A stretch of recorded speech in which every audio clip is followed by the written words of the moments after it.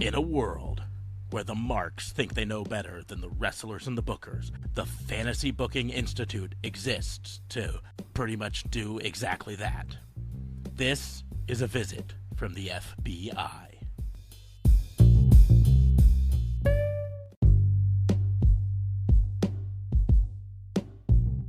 Welcome to another episode of A Visit from the FBI. I am your host, Detective Mark Smarks, and I'm joined, as always, by my partner in crime fighting, District Attorney Vincent K. Fay. Babe, what you doing? How you doing, man? What's going on? Well, better now. I mean, you know the conversation that preceded this. So, I don't know. Maybe people ought to send us a message to find out what conversation preceded this. Yeah, I don't think they really want to know. Well, you know. But if there's one thing I've learned about people is telling them that you don't want to know is going to make them want to know. But you don't really want to know. I think it's a bunch of crap if they don't want to know. That's what I think. It is. It is literally a bunch of crap. Anyways, if you are new to the podcast, this is a really weird one for you to get started on. So, but I'll give you a little rundown. The Visit from the FBI ones are all about fantasy booking for the Fantasy Booking Institute. We challenge each other to book some fantasy scenarios. Sometimes they're ones we want to see. Sometimes they're ones we don't want to see. And very often they're ones that we will never, ever, ever actually. But the real fun comes from the fact that we don't tell each other what we're going to challenge them beforehand. So every answer is entirely made up on the spot. And sometimes that's good and sometimes that's bad. But it is always authentic. So we make it sound as though we know what we're going to talk about beforehand on the WBU, and quite frankly, we don't know that either. No. We each know what we're going to say, more or less, but we don't know what the other people are going to say on either of them. But this one's even a little bit more because it's a challenge out to someone. So we're going to kind of get straight to it here. I went first last week, so DA Faye, what you got for me?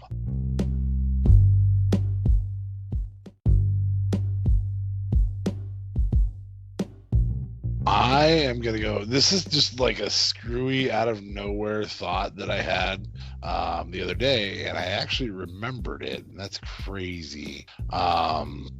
But I'm going to go a little bit out of the box, and I want you to book the logistical nightmare that would be a Woodstock-esque pay-per-view for wrestling. Okay, so Woodstock-esque, you meaning like a giant festival pay-per-view? Giant festival pay-per-view with outdoors in really a very, very rural area. And yeah, maintaining security and all that stuff. Yeah, wow. That's going to be a night, like you say, you a night. You don't have to do the whole thing, but, where would you do it? What city, state, country? I mean, you definitely have to choose someplace that's relatively warm weather, but not super hot. You're not going to do it in Texas in the middle of summer, But at the same point, you also don't want it to not get warm. So Buffalo, New York in January would not be a place to do it either. So you're probably looking for, either that early to mid-spring or mid-fall sort of time period or early fall time period.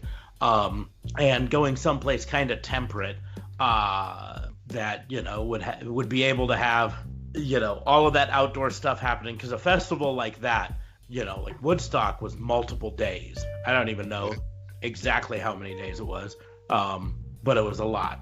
And so you'd want to have it in someplace that's relatively warm and relatively expansive, because a big old festival like that, you got to have a lot of space for it. You got to have a lot of room for the people to set up their tents and all of that stuff.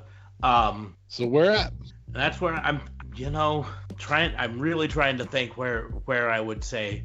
I'm thinking someplace in the east, and maybe in that, yeah, because you kind of want the population center too. yeah, you've got that.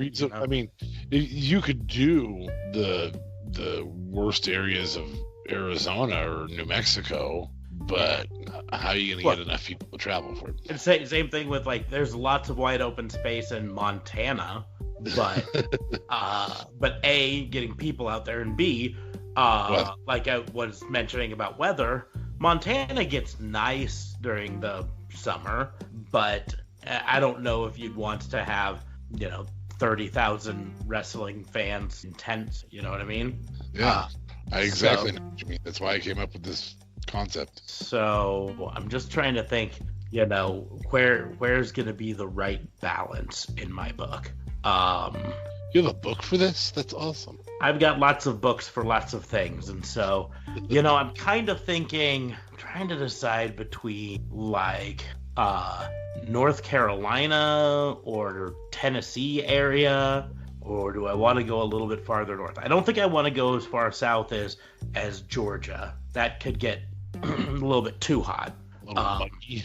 Yeah, hot and muggy. So I'm not as familiar with, like, the layouts of East Coast area. You know what I mean? Like land and all that. I've never really been to most. Well, yeah, I mean, obviously you're not going to be able to say like Jeffreysville, North Carolina, or I don't even know if that's an actual place, but your metro area, would it be north towards Charlotte and almost pushing to Virginia, or would it be pushing south towards Yeah, that's kind of, well, and like just the land, I mean, I don't know how hilly it is in certain areas, and that's where I'm kind of like, and so I was thinking somewhere like central Pennsylvania really well.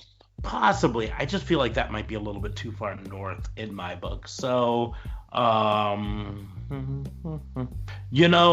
think kind of cut in the middle there. We'll go like around Charleston, West Virginia. Okay. I think. I don't know. That might be really mountainous, and I don't know.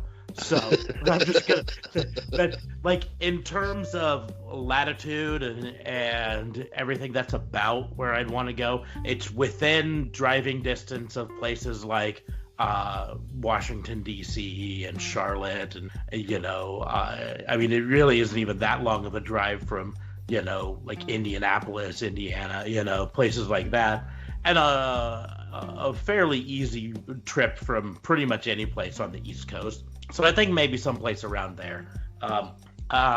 As for, I mean, the thing is, it would have to be like a major event for it to be really successful. You know what I mean?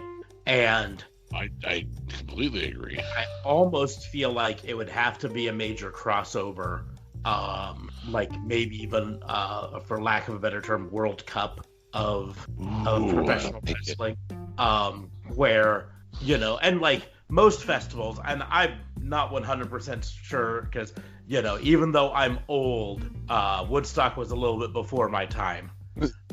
Well, I would have said the rural concert series that happened in Nebraska that you are familiar with, but then you'd have been like, well, that's garbage. So it was, yeah. You could have said Coachella. Ooh, I could have. Or Red Rocks. Red Rocks might actually be a pretty cool place to do it. Yeah, Red Rocks might not be too bad. I'll stick with the East Coast, though. Okay. So I think two brands I don't think is even big enough. So I think it would have to be a 3 or 4 brand crossover. And like I was saying, a lot of the festivals that I'm aware of, they usually have a main stage and then multiple side stages. Sure. So especially bigger ones like that. Yeah. So you would set it up where there's main stage where you'd have major matches, and then a couple side stages where you'd have, I don't want to say minor matches, but lesser profile matches. So I think 4 brands would allow you to have basically matches going on one stage or the other all the time. So, of course, we'd have WWE and AEW there. But I think, Ring of Honor and Impact can be there to at least, let's say, fill up the roster, you know. The tough thing with crossovers is in any realm other than fantasy booking, you run into the logistical nightmare of who's going to allow their top star to lose to the top star from another company, right? Yeah.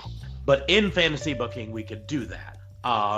And so, you know, I figure, you know, the main event of the whole thing would be they'd have to come up with a good name for it, like a unified world championship. You know what I mean? A belt that was truly considered the belt of all four promotions.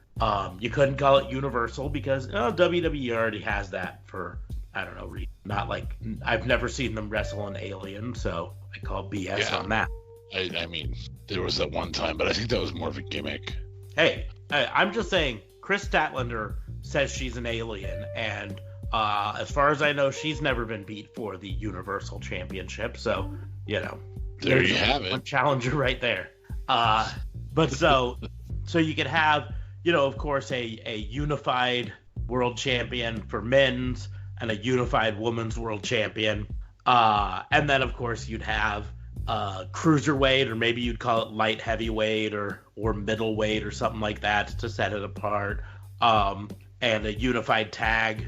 None of the promotions really have, aside from WWE, have women's tags right now. So that would be a little bit tough. You probably would, as much as I'd like to see it, I just don't think there's enough like established teams to really do that. Well, I think that's the value of indies, though, isn't it? Yeah. Well, and that's the deal, is maybe you even do it as a, I hate to say 5 promotion, but you've got the 4 main promotions, WWE, AEW, Ring of Honor, and Impact, and then you have a wild card promotion where independent wrestlers can sign up to wrestle under the wild card to try to bring, you know, their way. I mean, you could throw like Shimmer in there. That would give you a women's tag. Possibly there. So, I mean, but you know, it'd have to be at least, I think, a 3-day event for it to be truly worth anything. You know, anything shorter than that, I don't think people are gonna be like, well, let's camp out. You know, so maybe even wanting to do it 4 or 5 days total. I think Chris Jericho probably has a good idea of mixing rock and roll with wrestling pretty well. So I think you could also have a couple stages set up for non-wrestling musical acts. Or just musical acts that occur in, say, the wrestling ring, but... Yeah. Well, and that's why, you know, I say set aside, but I mean, like, if there are 5 stages, a main stage and 4 side stages, you don't have to have wrestling on all 4 stages at every time. You could have wrestling on the main stage and 1 or 2 of the side stages, and then have bands on the other ones at the time, or even, yeah, I mean, you don't have to have all 5 stages at once, I would guess, but you know, having bands show up there, so if it was a period where the wrestling didn't necessarily appeal to you, you could find a band to watch. It also would open up a lot of fun crossover for, you know, bands to come and perform ring entrances for different wrestlers, even if they're not like the typical performer of that ring entrance, you know, having Korn sing Cult of Personality for CM Punk coming down to the ring or whatever like that still would be interesting enough. People would get a kick out of it. Not that I think CM Punk is going to wrestle in it, because as far as my theory on CM Punk is, I don't think he wants to wrestle. I think he just wants to make some money, and he sees wrestling as a way to make money right now, being in conjunction with wrestling without actually putting his body on the line anymore. So, interesting. But that's kind of my theory on him. But in terms of the festival, I think that's more or less how I would probably set it up there. Of course, you would charge like, you know, $14 for a bottle of water, because that's how festivals make absolute boatloads of money. Agreed. And you know, renting out plots for people to set up tents on it, you know, make a boatload of money off of that. And then, of course, The tough thing, like WWE would have. You just tell me that this event would be intense. Yeah, intense. Well, the event wouldn't be intense. On rings. It'd be on rings, but there would be a lot of intense activities surrounding the event. Anyway, I feel like this is a challenge to Chris Jericho more than anything. Hey, you did it on a cruise. Now make it a festival. Yes, Chris Jericho, I challenge you to the Wrestling Rager on land. 3-day festival. Yep, do it, Chris Jericho. Somewhere near Charleston, West Virginia. Yeah, I mean, just so Smarks can be right. Wanted to put it somewhere near Nebraska. I know there's a DA and a detective that would, be like, hey, I'd totally go to that. We'd even promo it free of charge for you. No, heck yeah. It would be the unofficial official sponsor of our show for a long time, should that happen. So, come on, Chris Jericho, hit us up. We got great ideas. We're Jerichoholics. We are. We go way back with our love is Jericho. Way back. Baby!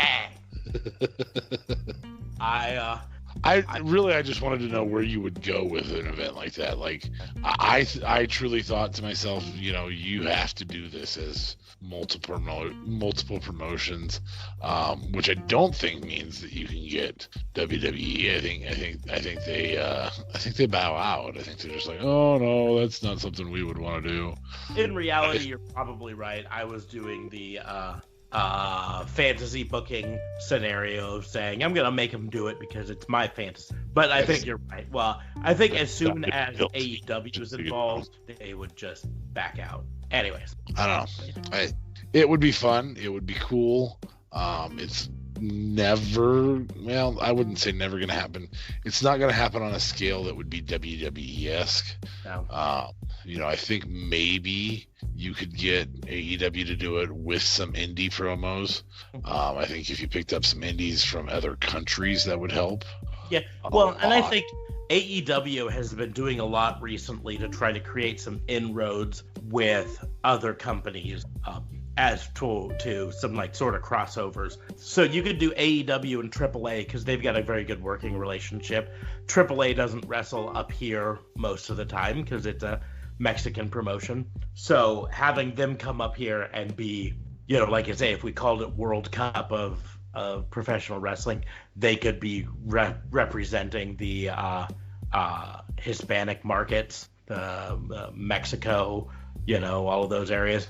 And then, getting, there's been a large culling of British promotions ever since WWE UK kind of started, but there's still quite a few British promotions going. So you could maybe get a contingent from Britain to come over and do that.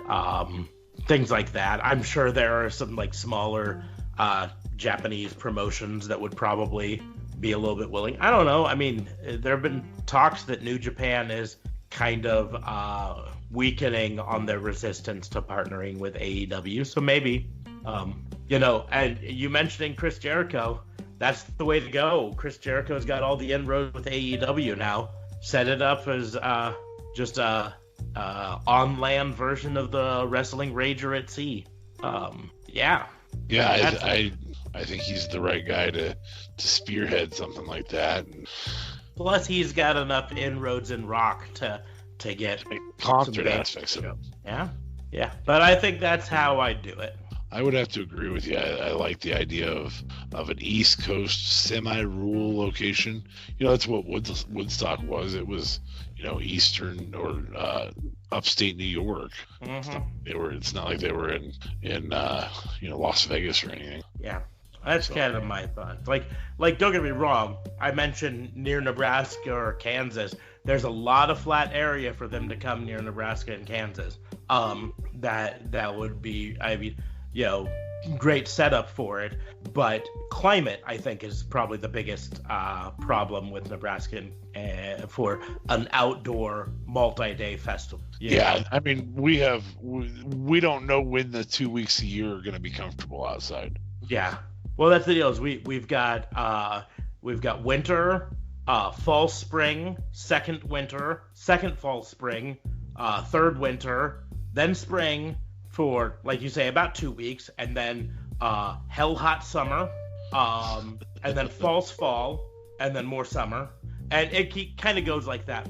I was always telling people, every time I met people from other countries and states and everything, Nebraska kind of gets the worst of all the weather in the United States. Like, it gets every bit as cold here as a lot of the northern states in America, and it gets every bit as hot and humid as a lot of the southern states in America.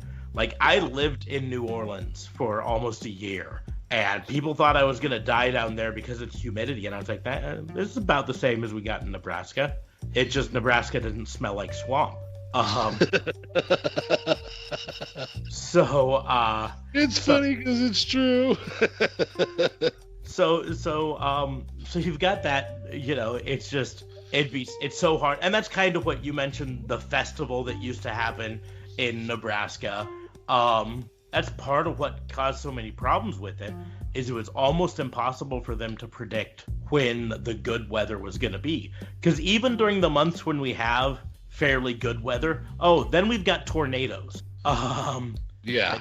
Kind of come out of nowhere. And it was, that particular one was always scheduled for ungodly hot season. Mm-hmm. Because that's the only season that they can be pretty certain there's not going to be a tornado drop on the top of their festival. A tornado or a blizzard.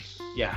I will say that we like to pretend in our state, and this is a nationwide podcast. We've got listeners in Maine all the way down to or over to Oregon, and down to, I think we have quite a few listeners in Arizona, if I remember right. We got some overseas listeners.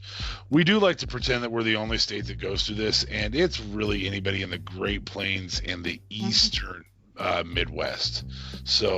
Or the western Midwest, sorry.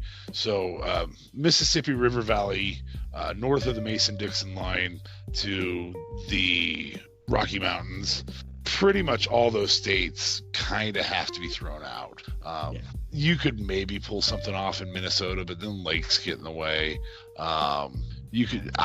Illinois wouldn't be bad, but you're so far away from the gigantic population base that if you move 450 or 500 miles east, you're going to gain. And so I was thinking like Kentucky, northern Kentucky, or that Pennsylvania area that I mentioned earlier. It just seemed to work best because you could draw from pretty much Nashville to New York in those areas. But yeah, so just thoughts.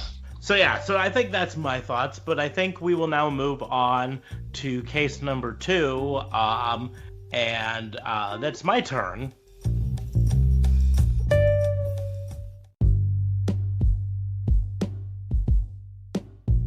So, D.A. Fabe, TLC is less than 2 weeks away. That kind of blows my mind, but I saw it this week and I was like, really? So in honor of it, already set up. That's so weird. Yeah, I mean, except for Lashley versus Rusev. Your excitement. This is you do remember that this is not WBU, so our focus is not just trashing on the garbage product that occasionally occurs. So in honor of TLC, I need you to book your dream matches for a TLC, and I only really want 3. Because like you and I have talked before, chairs matches are just a dumb concept just in general, because you get to use a chair. I've said that before, I mean, it worked in the concept of a TLC match, that specific match. Yeah, that's the deal. And so I need you to book a tables match, which of course the rule is the winner is the first person to put their opponents through a table.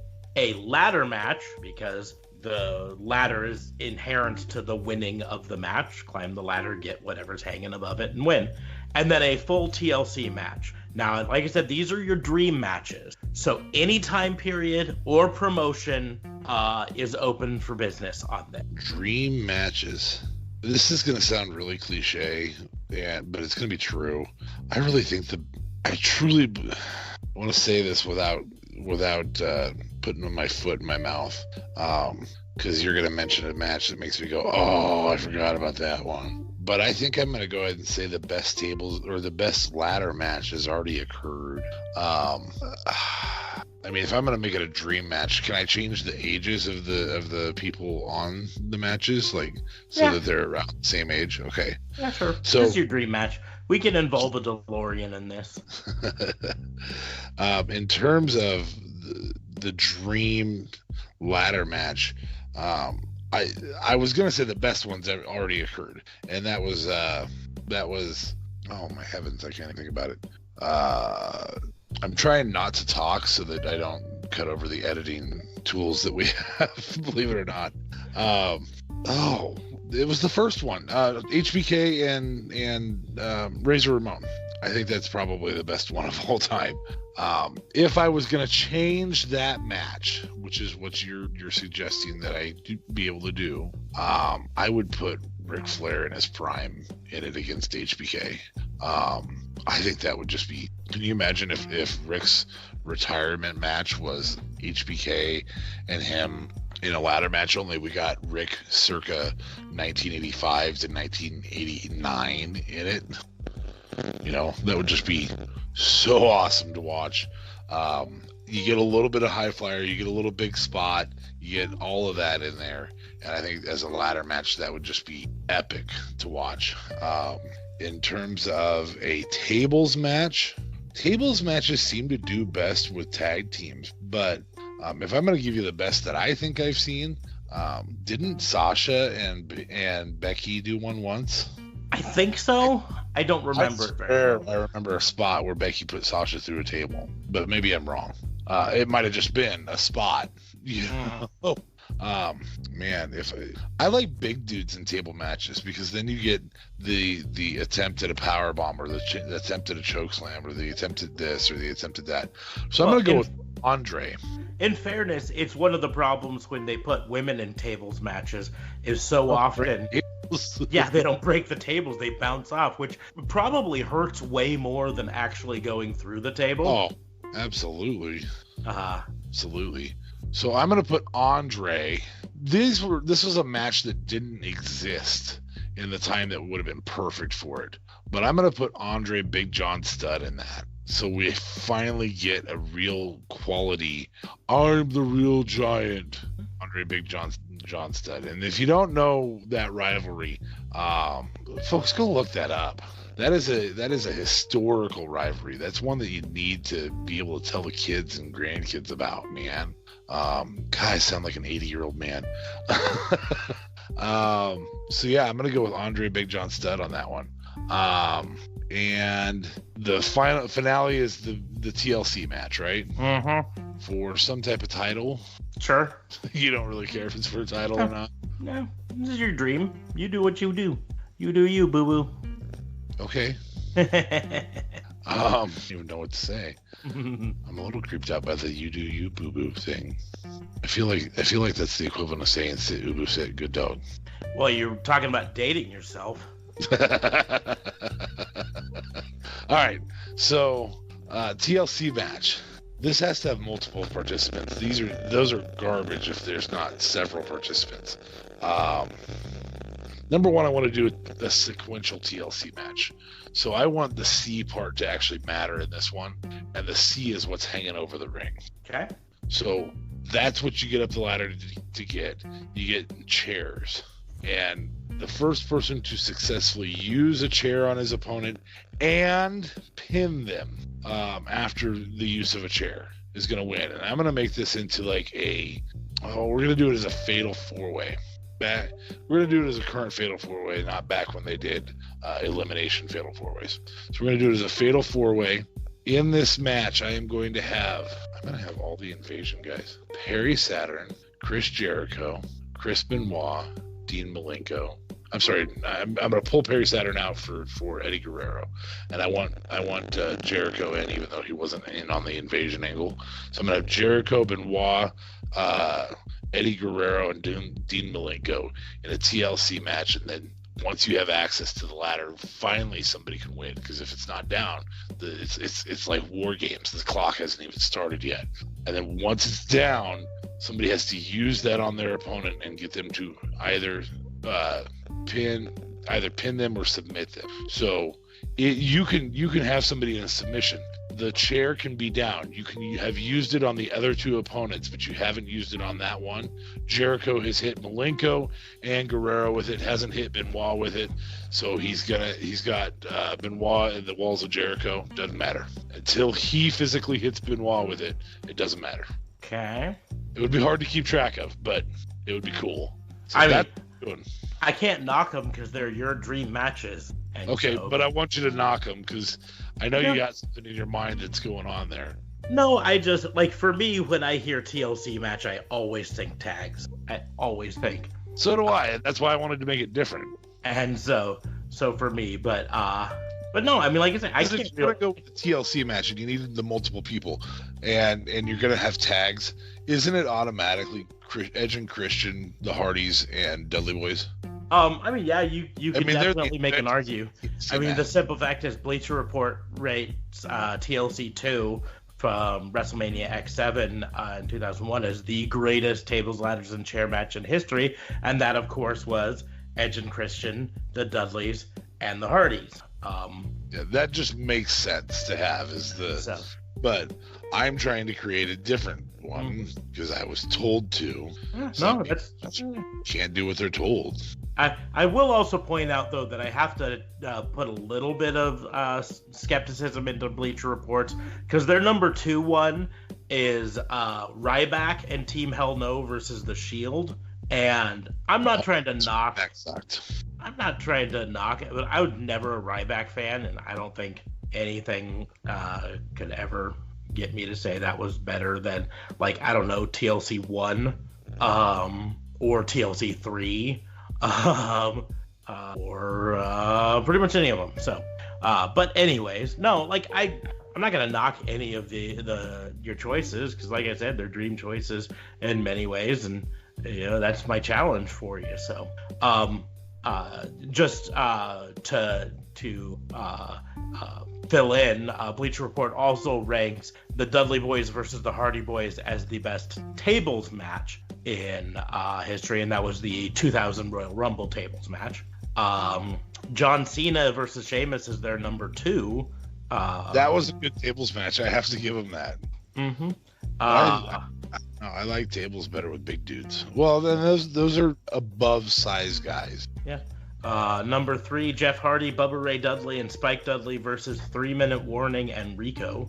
Why is that number 3? I'm starting to doubt Bleacher Report's ability to rank things. I don't know. Number 4, CM Punk, Tommy Dreamer, Sandman versus Elijah Burke, Matt Stryker, and Marcus Corvon. It was... Would have been better if some characters were relevant when that happened. Yeah, and I mean that was during WWE's ECW run, so them bringing back ECW, and so and then number 5, Randy Orton versus John Cena. So I'm gonna point out Bleacher Report has 2 John Cena tables matches in their top 5 tables matches of all time. So and only one. Well, no, I guess there was one other one, right? Yeah, technically, Bubba Ray Dudley appeared in 2 of the top 5 as well. And then true to your thoughts in terms of the ladder matches, the Shawn Michaels versus Razor Ramon is really high on their list, but it is not number 1. Bleacher Report actually has the first the lead up match to the first TLC with Edge and Christian versus the Hardy Boys versus Dudley Boys in 2000 in the ladder match, the triangle. Number 2 is 2006 London and Kendrick versus Regal and Taylor versus the Hardy Boys versus Eminem from 2006 as their number 2 ladder match of all time. I have to fathom that Eminem would have been a good one, though. Yeah. I mean, Mercury and Nitro were always good. Mm-hmm. And then Edge versus Jeff Hardy in 2009 for number 4, and Edge and Christian versus the Hardy Boys in 99 as number 5. So can't really fault too many of their ladder match choices. Yeah, they're not horrible on their ladder match decisions. Yeah. Just everything else they say. But no, like I say, I mean, I don't have a problem with any of yours, and who am I to tell you what your dream matches should be? So we will Is move there on. one that you have in mind? I'm curious. To be perfectly honest, I hadn't really thought about my own picks. And like you say, it's kind of cliche to say that a lot of them have already happened, but I don't know. For me, that first TLC match, Dudley's versus Hardy's versus. Well, second one gives you Edge spearing Jeff off the ladder. True. There's that. I think that's why that one wins. Yeah, that one wins. For me, the first one might just win just from the fact that it was like, it blew my teenage mind. You know what I mean? Like, they could do this?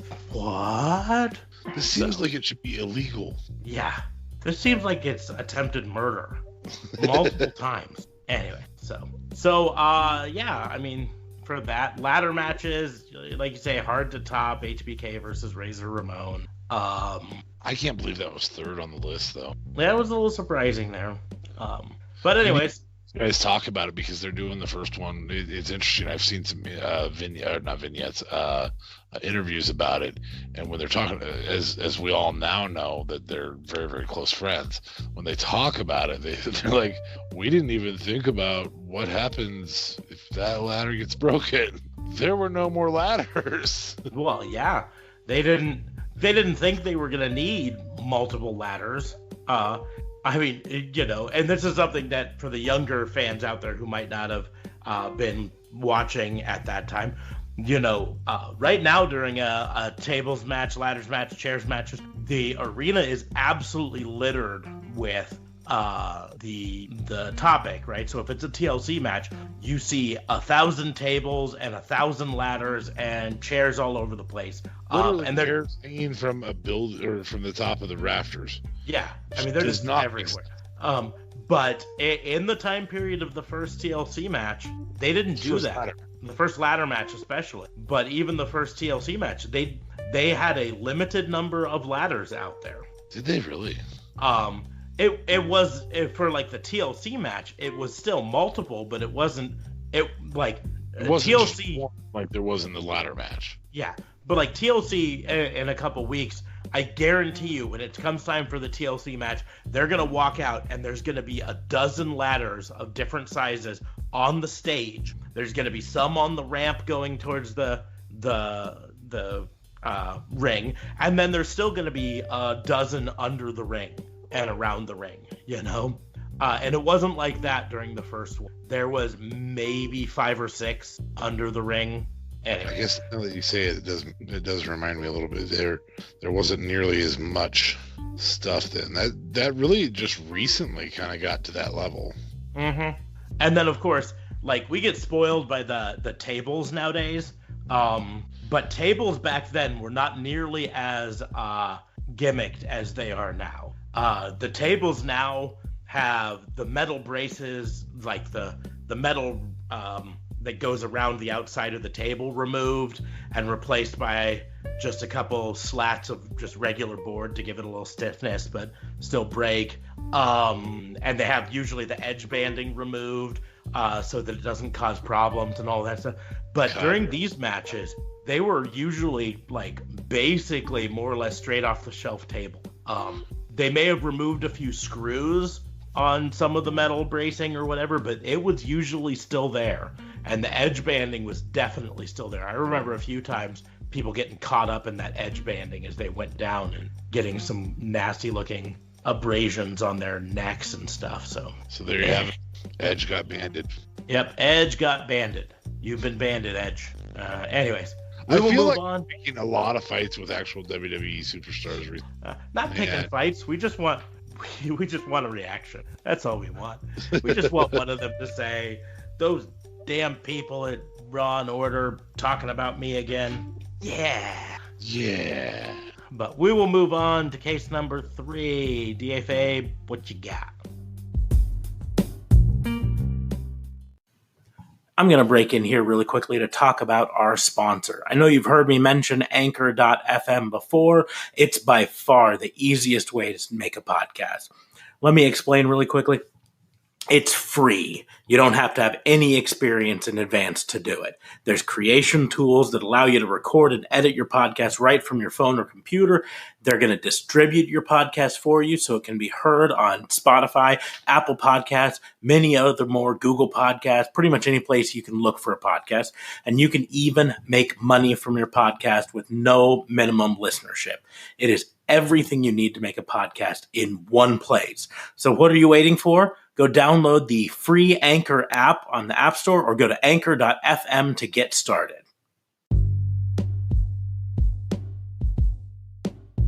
Oh, man, I got so into that last one. All right, so we got TLC coming. We don't really have like a defined match. I want you to book. Are they doing this is still a crossover because they aren't back to branded pay-per-views yet?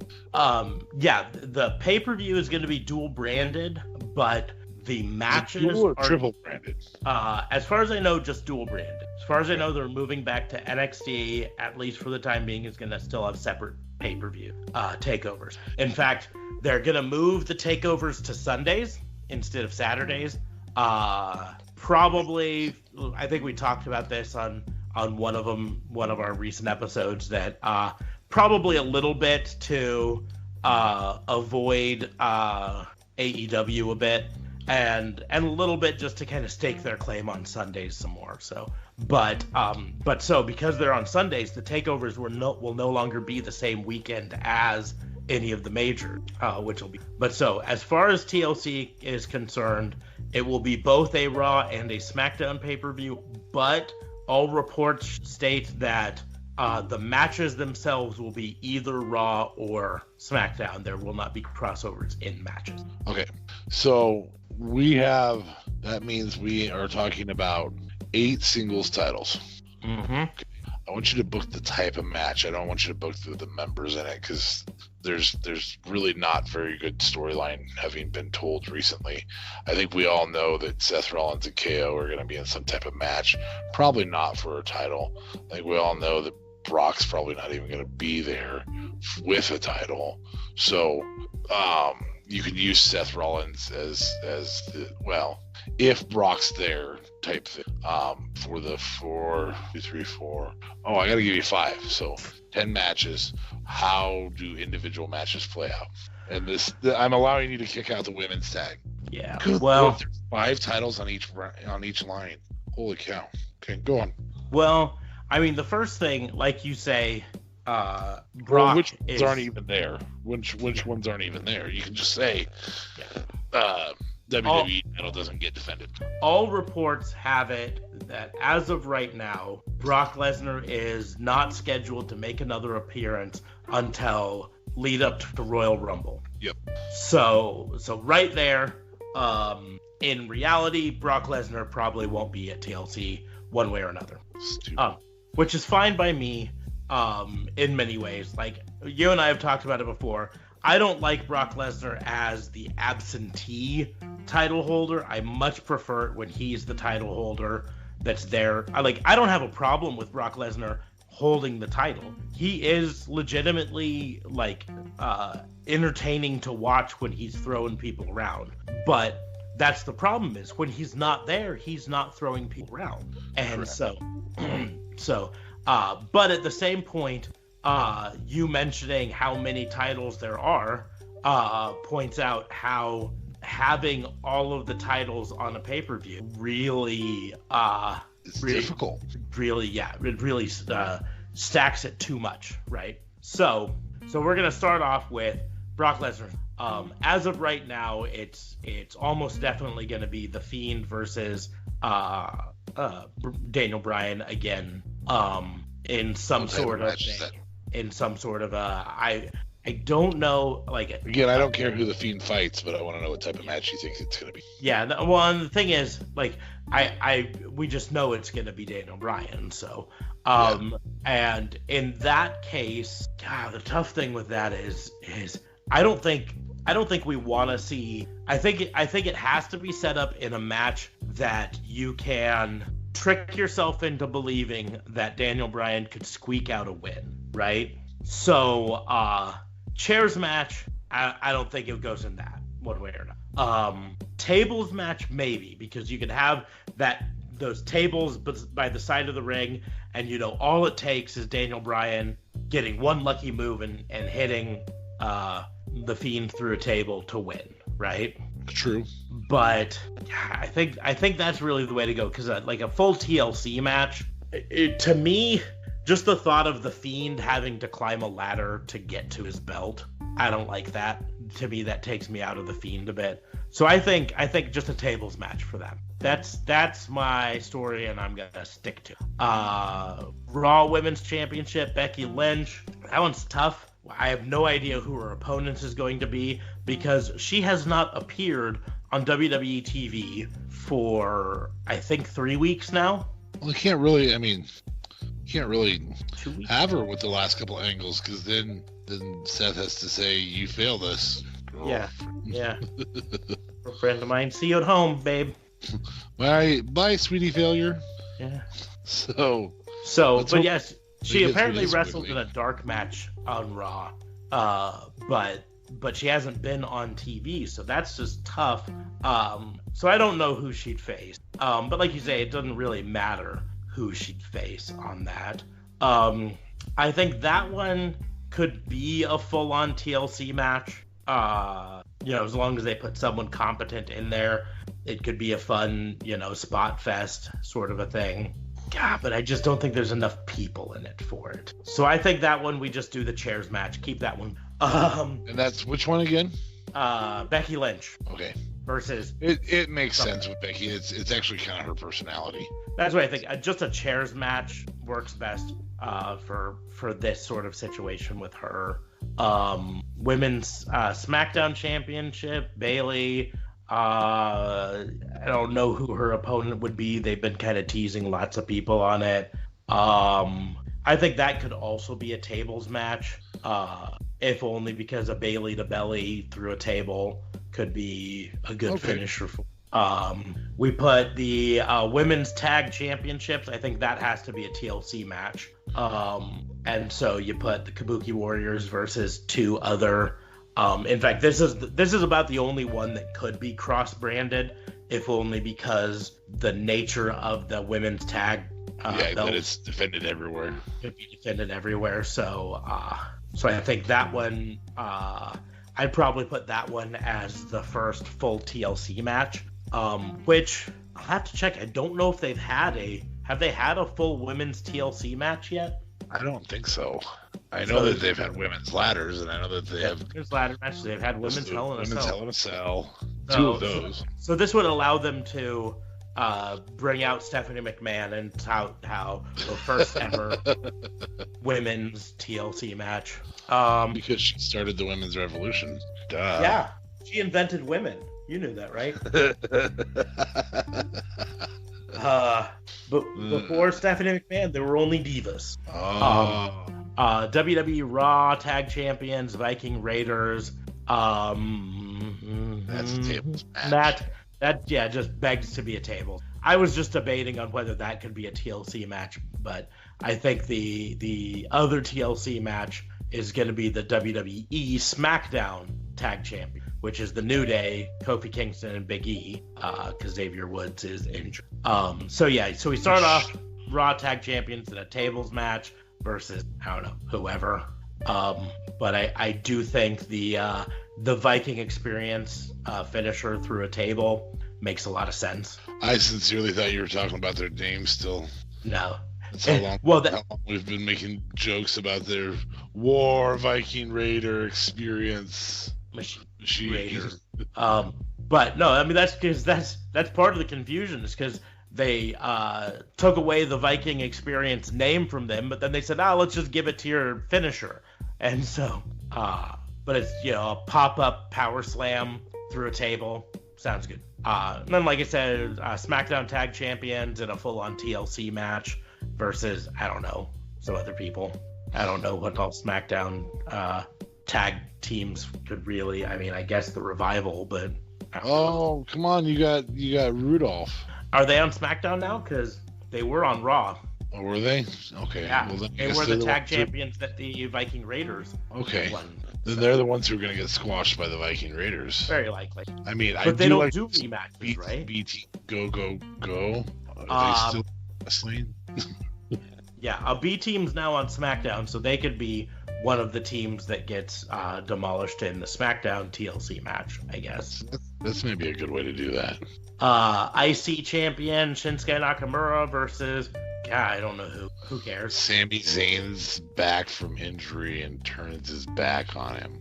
Maybe. Doesn't really matter who. What type of match do you put?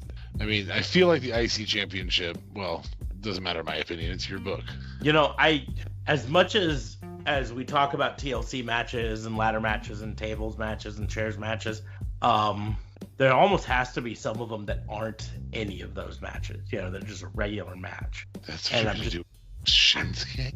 Well, the only match I haven't really went after too much is a ladder match, just a straight up ladder match.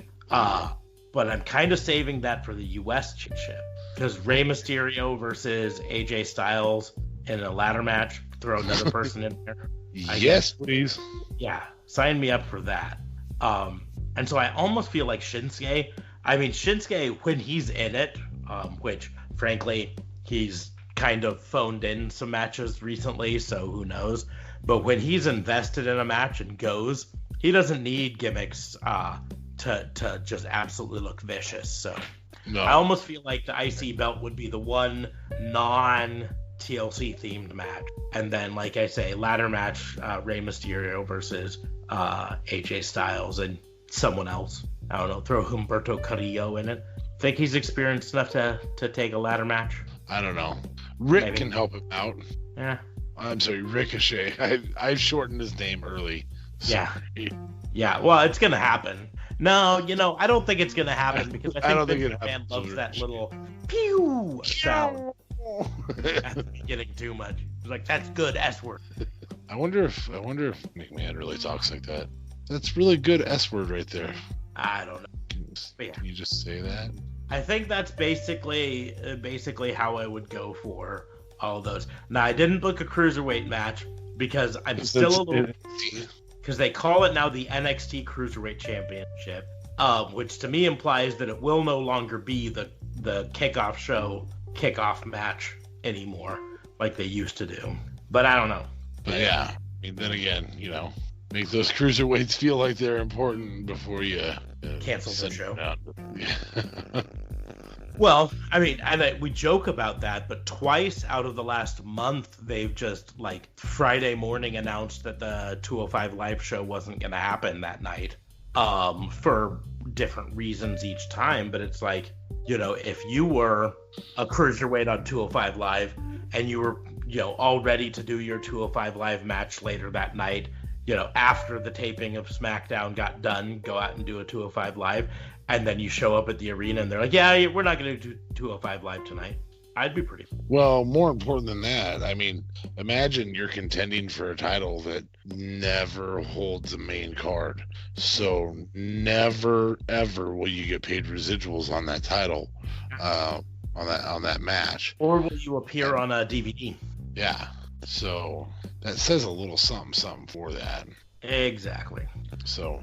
that one was not my strongest challenge to you. I thought that was going to sound a lot cooler than it was, and I feel like I should have gone with my same challenge we talked about the other day, but truth be told, I can't remember what it was. So, yeah, they say memory's the second thing to go.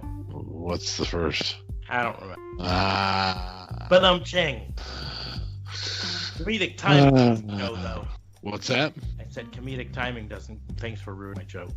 We will move on to case number 4.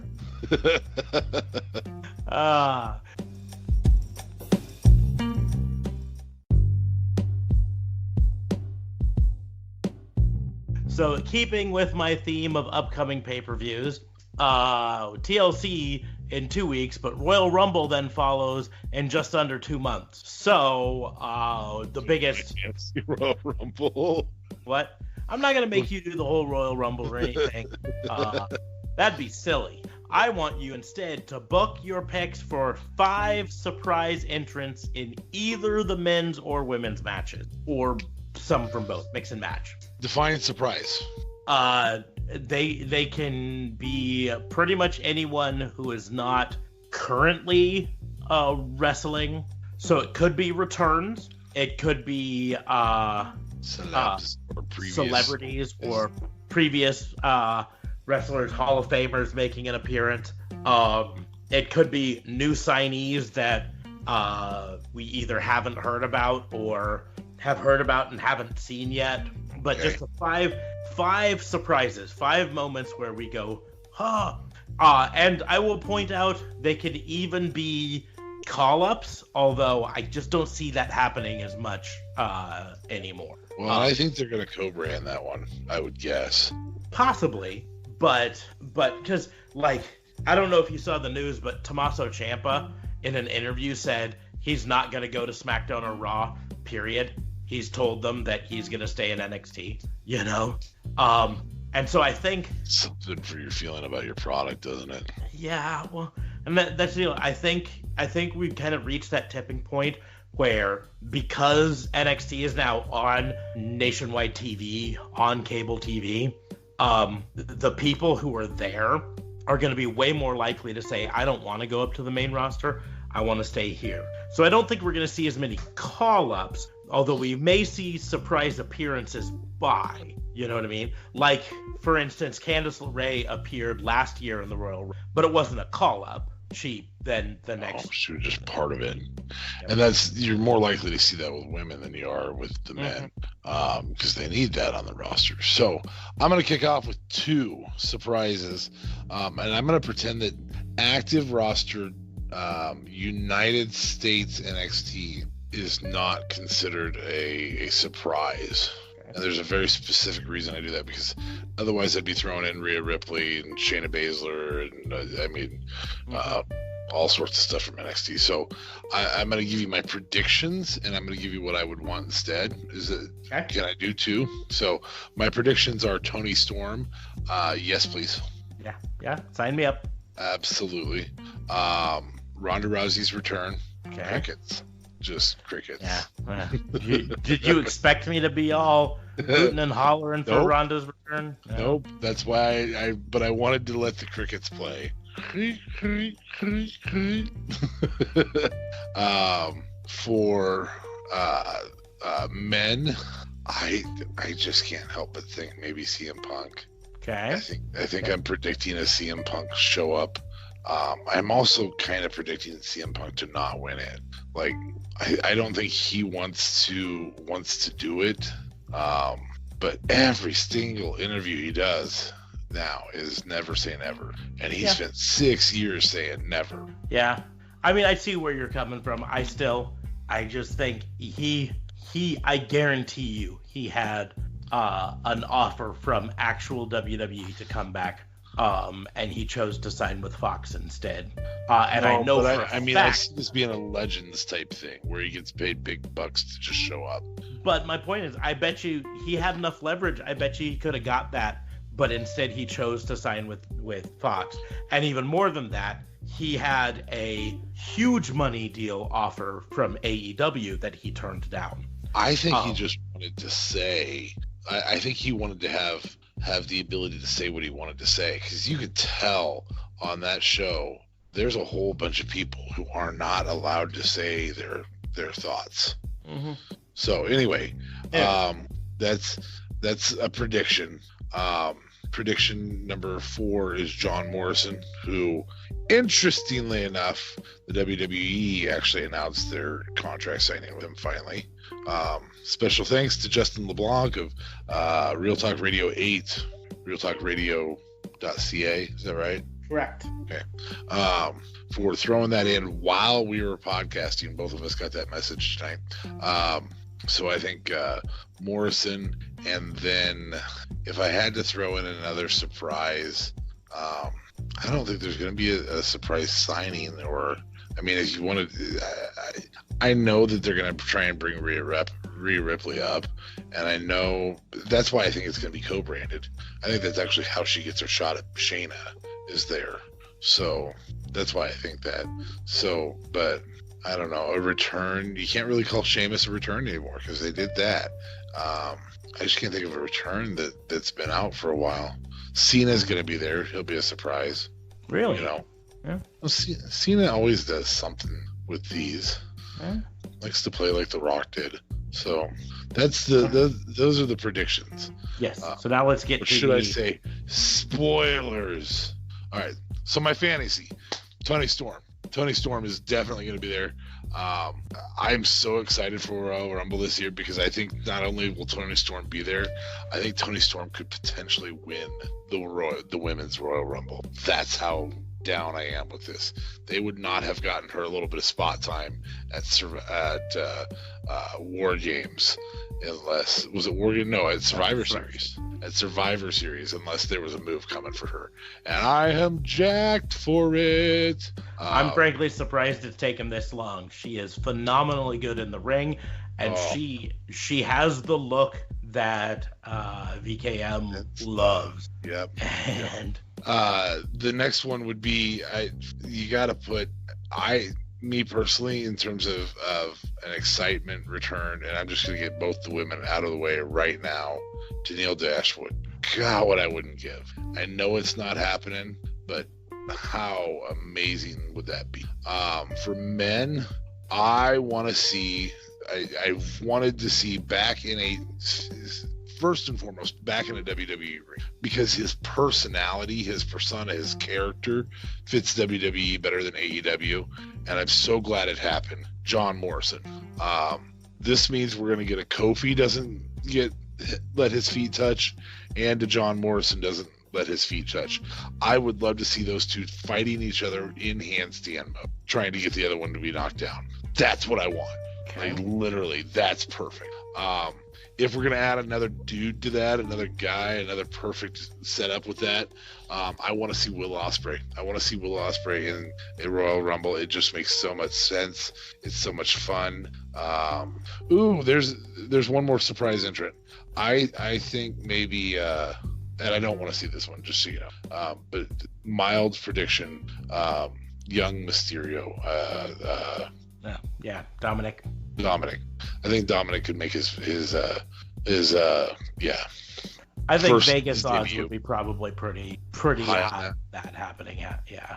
I mean, he's gonna make an in-ring debut at some time, and putting it in the middle of a Royal Rumble is a great foot in the door, but not a ton of pressure sort of thing. Yeah.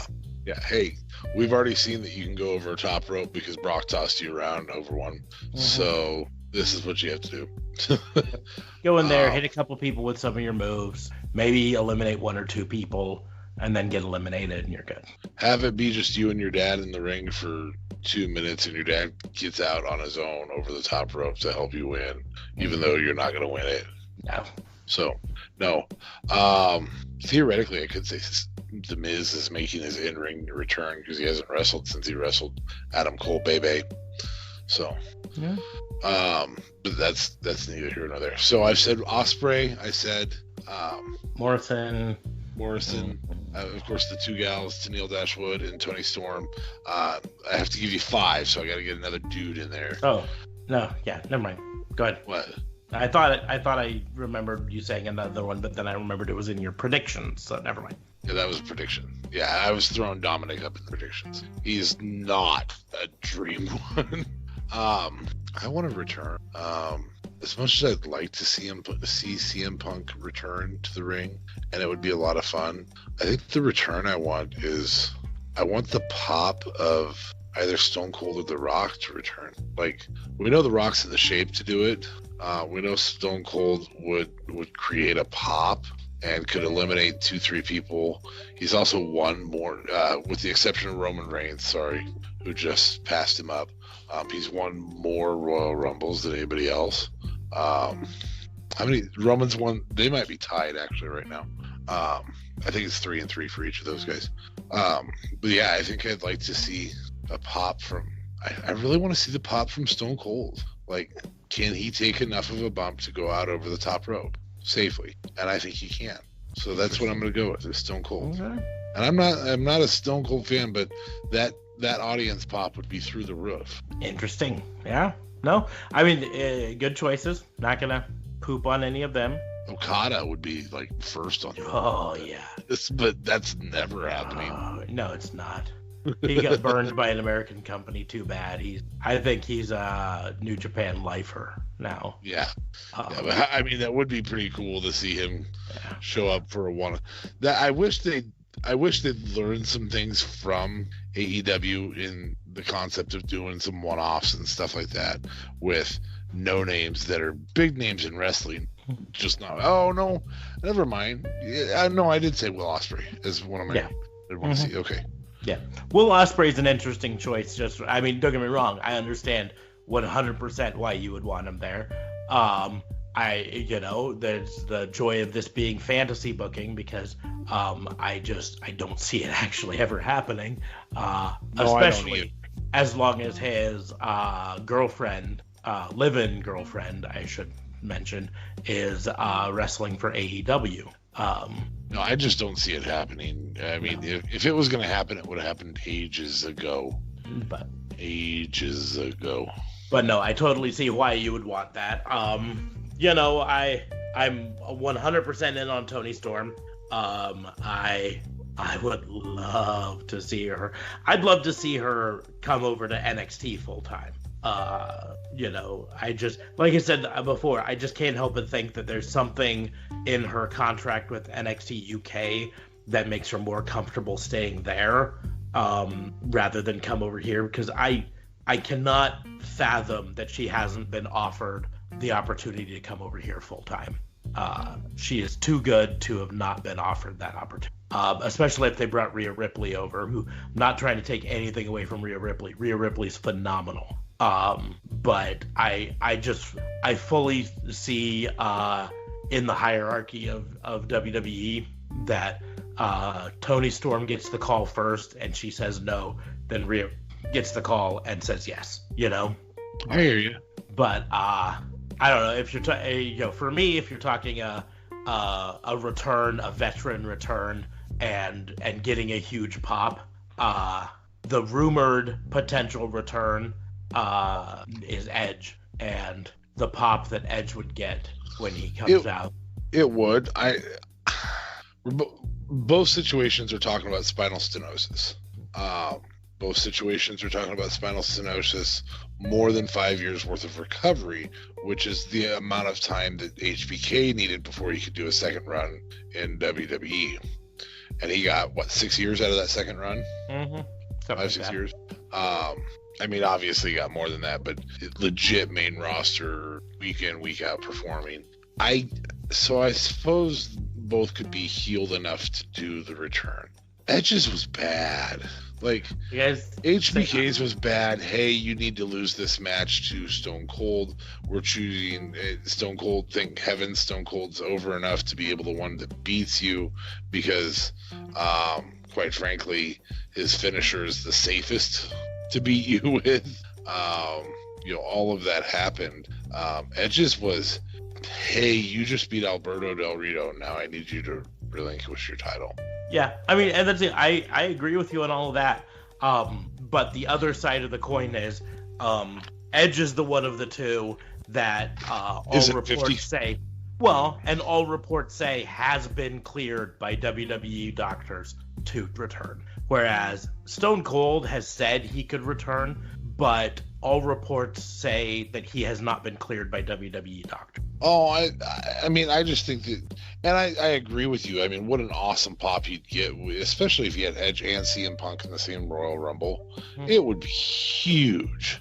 The only type of pop that would beat that is really, I don't even think a Rock return would do that. I think the only type of pop that beats that is Stone Cold. I think he's the only wrestler on the planet right now that would pop enough, because he retired during his prime, and so did Edge.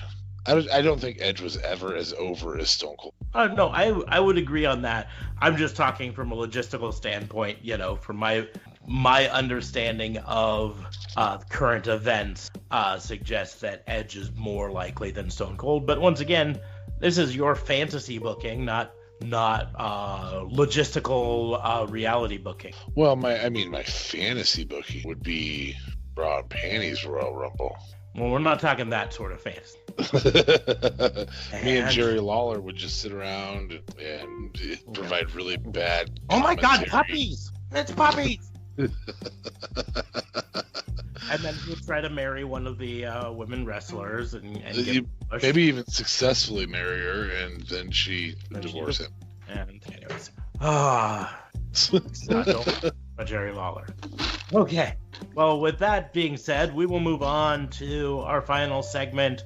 It's relatively new. FBI, nullify, vilify, or deify. It's our shameless copy of Fire Push Barry. The rules are simple. You must nullify someone out of wrestling entirely, vilify one to the bottom of the card, and deify one just like Hulk Hogan in the 90s. D.A. Fabe, I'm going to go nice on you this week. Remember Thank you. I'm being nice. Okay. Your choices are, because I think this is going to be really easy for you. Your choices are Bobby Lashley, Rusev, and Lana. Yep. I am. This is easy. Holy cow. Rusev, congratulations on being back to Rusev Day. You are being deified, buddy. You are the only thing that makes this entire storyline worth watching. So I'm still gonna deify you. Speaking of which, what was that? Cops don't have to arrest people who violate. Well, things were different in Tennessee. Were they in Tennessee? Nashville? Tennessee, yeah. Things were different here in Tennessee.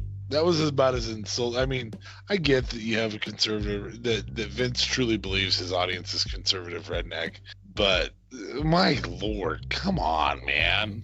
Yeah. No, it made no sense, and even more than that, what made no sense is, and I think Justin talked about it. I think he did a live stream last night, review Raw. Like 2 days before Raw hit, a Reddit user posted what he called a spoiler for Raw coming up in 2 days, and he said what would happen would Lana would have a restraining order against Rusev. Rusev would show up and attack Lashley. In the process, Lashley would somehow or another get bumped into a policeman. The policeman would say some sort of line that would get him cheap pop and then arrest, and then that Lana would slap the police officer, and then Lana would get arrested. And to be pretty honest, that Reddit user down the line was darn near 100% accurate with his. I mean, that's like 97%. That's a very passing grade in most environments. And the fact that this Reddit user was able to have seen the script, and the fact that script stayed that much intact for 2 whole is kind of a miracle in and of itself. No joke. That once it leaked, someone from WWE didn't change it. That Vince didn't come in Monday afternoon and rip up the script and change it. So yeah, well, that's because it's all being written by Vince / Paul. Anyway, I would nullify out of wrestling Lana. Lana's not a wrestler, anyways, and now they have and they've always had her in a manager role, but that manager role gets progressively worse as time goes on, and we don't need her. And I'll vilify Bobby Lashley because he's already a heel. Maybe he'll be a good enough heel, and he'll just be at the bottom of the card. Okay, yeah, more or less the way I expected. My only debate on it was whether I knew you were gonna nullify Lana out. That just. But you and I have both seen how good Lashley can be when given the right storyline. And so there was part of me that was like, is he gonna deify Lashley or Rusev? Smart money was on Rusev. Yeah, we're 2 years into not having good storylines for Lashley, or a year and a half, or whatever it's been since he's been back. It's bad. It is. For someone who is absolutely so dominant in a very well written storyline in Impact Wrestling, to come in and just be so bleh. We could just do Black Goldberg, and it'd be better than what he's been. Yeah, have him come in, squash some people, deliver whatever his finisher is, and then walk Dominator. Out. Yeah. And here's the other thing: you still haven't done a Lashley versus Lesnar match. Both of them are collegiate champions.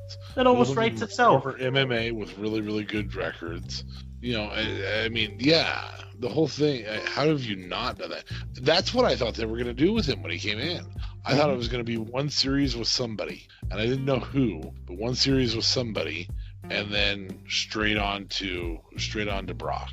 Yep. And more importantly, I thought that was how they could retire Brock and have Heyman still have a person to manage. I thought this is Big Show versus Brock circa 2003 or 2004 or 2002 or whatever it is, all over again. And nope, they're not going to do that. Nope. Why do that? Nope. Bad idea. We're not going to do it. We're going to put him in the mid-card vortex of doom. Of death. So, man, I wish I had one so easy to do for you. All right. Nullify, vilify, deify. Big Dog, Junkyard Dog, and I had another dog name. Big Dog, Junkyard Dog. Please say it's a dog-faced gremlin. Sure, we'll give it to you. Yes. Yeah, I'll give you Rick Steiner. So Big Dog, Junkyard Dog, Dog-faced gremlin. Well, this one isn't too bad for me. And some people are gonna say it's blasphemous of me, but I was never a Junkyard Dog fan. He was there. Okay. No. So he gets nullified, which is fine because he's out of wrestling now, anyways. But well, okay. I would even go back in time to deny him. You would say in his prime you'd still nullified him. Yeah. He didn't do anything whatsoever. Okay. So he gets nullified. It's a little tougher on the vilify or deify. Well, here's the thing. I mean, we've already said this before. There's a reason people don't like Roman, and it's because he's being crammed down people's throats. There's a reason people do like Roman. It's because he's actually pretty good. Mm-hmm. Yeah, when he's not being shoved down the throats of us, you can see that he's pretty good. I also think the people that don't like Roman Reigns typically are, and I'll use the phrase smart marks, and usually older people. And I don't mean like 50 or 60, but I mean like upper 30s typically.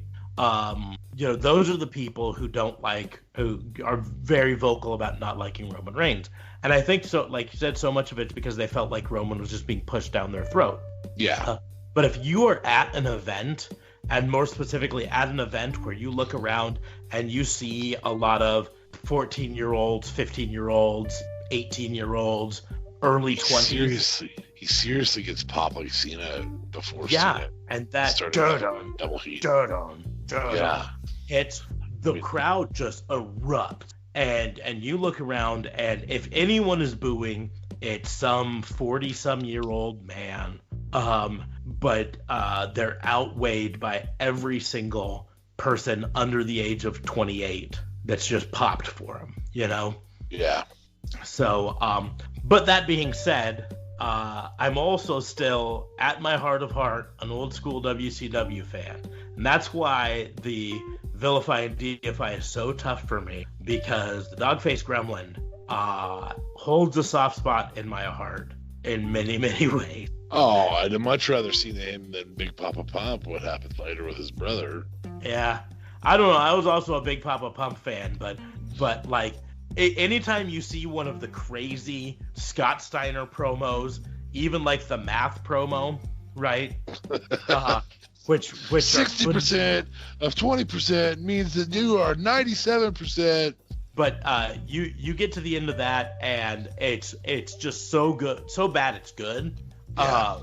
But he didn't start that. That started with Rick Steiner. Some of Rick Steiner's promos from like the early to mid 90s, pre NWO, were just absolute gold because they almost made no sense. But that's part of why they were so good. So I think in this case, nothing against the big dog, but I think Roman Reigns gets vilified and Dog-faced Gremlin gets deified.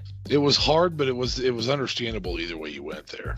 Yeah, I think that's the way I have. Speaking of Scott Steiner, just a little side note, because we don't really have, I mean, other than the existence of Raw last night, we don't really have a a misdemeanor setup. I just don't. I really don't want to talk about it. We've talked about this already a little bit. I don't want to talk about Raw.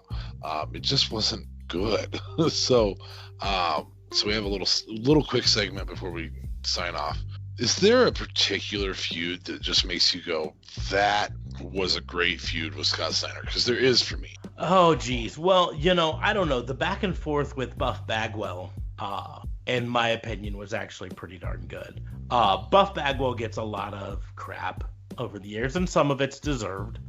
He wasn't the best in-ring worker, but during that feud with Buff Bagwell, there were times when you legitimately got on Buff's side, and then in the end he turned on you to be on Scott Steiner's side. So yeah.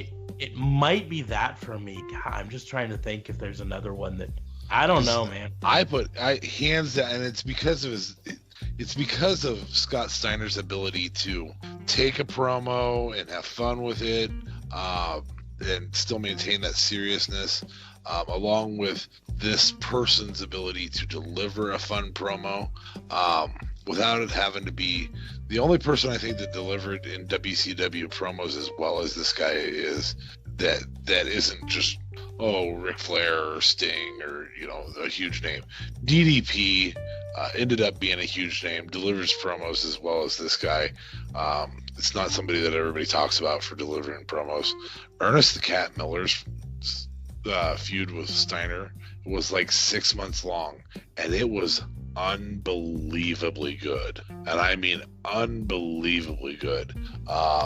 It didn't make sense because really Ernest Miller was not going to be a world champion level wrestler, and Scott Steiner obviously was. But hearing him deliver lines like "Big Papa Dump," and all that stuff, that it just made the whole segment so good. And this is circa 99, 98, 99, maybe even early 2000. I think mostly 98, 99. So yeah, that's the one that stands out for me. And maybe you don't remember that feud. Yeah, I don't remember it too much, but no, I mean I can't knock it. Like that was the heyday of Big Papa, is right towards the end of the 90s. Yeah. A lot of people's memories of him start in like the early 2000s during his short run in WWE, and then his Impact or TNA run, which I know had some memorable stuff, but for me his late 90s WCW run was probably the best. I mean, the simple fact, one of my favorite bits in the ring of all time was done by him, and it's the I hit the guy with the big move, cover him, 1, 2, and then nope, and go over and do some push-ups. That's my favorite bit of all time, I think. I would say the only good feud that he had in WWE was against Test. Yeah. I mean, here's the deal. I got so burnt out, and still, I mean, it happened all the way through Sting. I got so burnt out on Triple H having to be the feud with the new guy. Mm-hmm. All the time. And so, but Steiner's with Test was actually pretty decent in WWE, but I didn't really enjoy the Triple H one. It's just that. So anyway, I just was curious.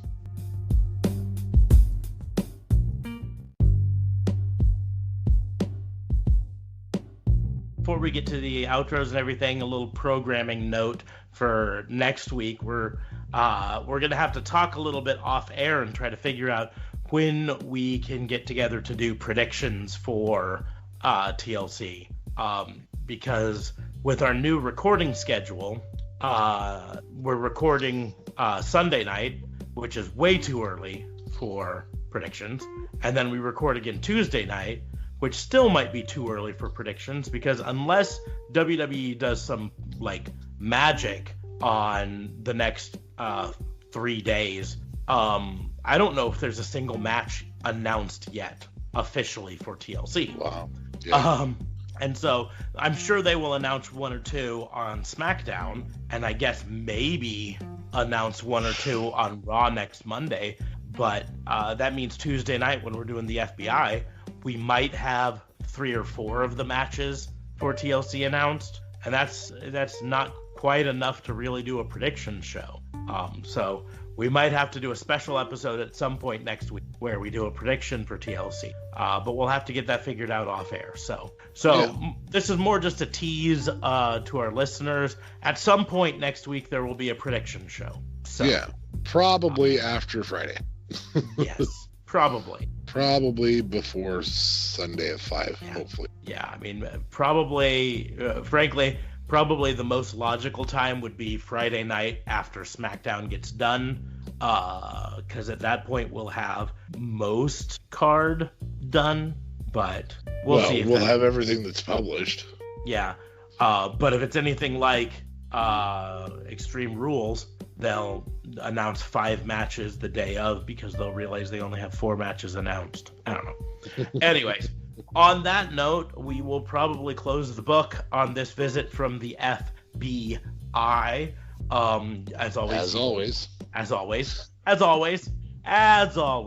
I invite everyone out there to like, share, subscribe, follow us on the Twitters. I am at Raw and Order WBU. You can always find DA Fabe at DA Vincent K. Fabe. You can find our podcast on pretty much any podcast listening platform. And I'm sure you already know that because if you're listening to our podcast, you are on some sort of platform. But you found it there. But those platforms often have some sort of way for you to like or review the podcast, which is a great way to help get us into more ears. And I've said before, even if you don't use iTunes, even if you're a Spotify or a Stitcher or a Podbean user, there's a good chance you have an iTunes account. Hop onto iTunes, go to the podcast for this and give us 5 stars, just like you were writing for the Wrestling Observer report. And, that helps us more than I think anyone realizes there. We also have a Facebook that you can find us at Raw and Order WBU, so you can like us there. You can subscribe to us on YouTube. Just search for Raw and Order WBU. We post sort of video versions of these podcasts up there. So if that's your cup of tea, you can do there. And then we always point you to anchor.fm/Raw and Order WBU. That is our hosting platform. And on that, you can leave us voice messages, interact directly with us that way, or you can click that little support button. It's a lot like Patreon, helps us out more than you could possibly know, and helps us get better equipment, and it makes it easier for us to prioritize a little bit of time to record this. So we'd appreciate if you do that. But as of now, I think we're going to close the book on this visit from the FBI. Case closed.